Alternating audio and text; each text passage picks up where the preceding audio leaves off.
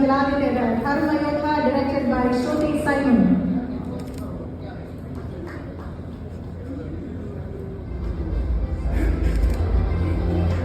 സാറോട് നോക്കണേ, എല്ലാവരും ഇവിടെ റെഡി.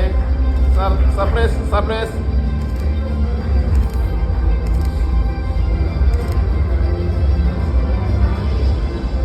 സംസ്കൃത ഭാഷ ജനങ്ങൾ കൂടുതൽ അംഗീകരിക്കാനും പഠിക്കാനും വേണ്ടിയിട്ട് ഈ ടീച്ചർ ഒരുപാട് സ്ട്രഗിൾ ചെയ്തു. അങ്ങനെ ഞങ്ങൾ കാശ്മീർ മണാലി പോയി 26 ദിവസം നിന്ന് ഒരു സിനിമ എടുത്തു.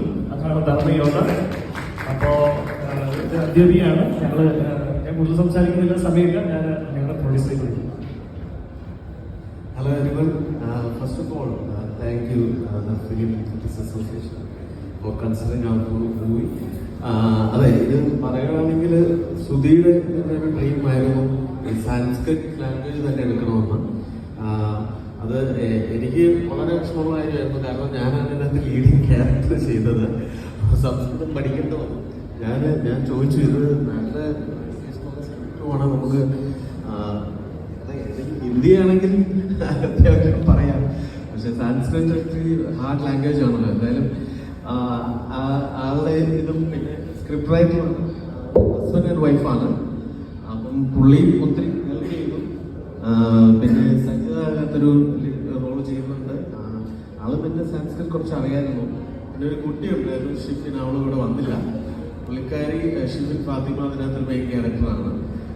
കുട്ടി ഒരു വയസ്സ് മുതൽ സംസ്കൃതം പഠിക്കുന്ന കുട്ടിയായിരുന്നു.